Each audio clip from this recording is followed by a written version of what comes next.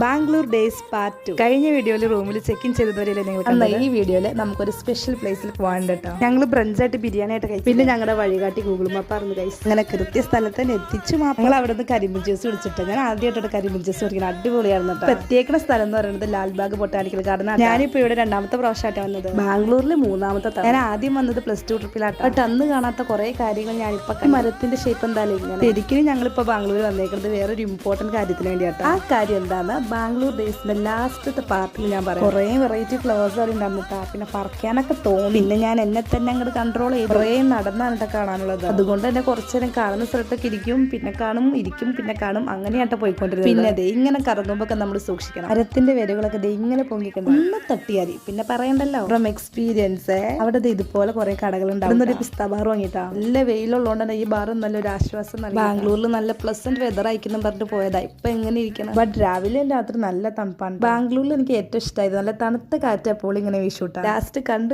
ഏതോ ഒരു കാട്ടിലെത്തി. ഇതിലും ഭേദം നമ്മുടെ റബ്ബർ തോട്ടത്തിൽ പോയിരിക്കുകയാണെന്ന് പോലും തോന്നിപ്പോയിട്ടാ. നല്ല വെയിലായതുകൊണ്ട് തന്നെ ഞങ്ങൾ തണലത്ത് പോയിരുന്നു. വെയിലത്ത് ഇങ്ങനെ നടക്കുന്ന പരിപാടിയൊന്നും നമുക്ക് പറ്റും. വെയിലത്ത് നടന്നതിന്റെ ക്ഷീണം മാറ്റാൻ വീണ്ടും ഒരു കരിമ്പിൻ ജ്യൂസ് ആവാൻ കുറച്ച് ഞങ്ങൾ പാഴ്സലും ആക്കിയിട്ട് അടുത്തത് പാർട്ട് 3. അപ്പൊ ഓക്കെ, ബൈ.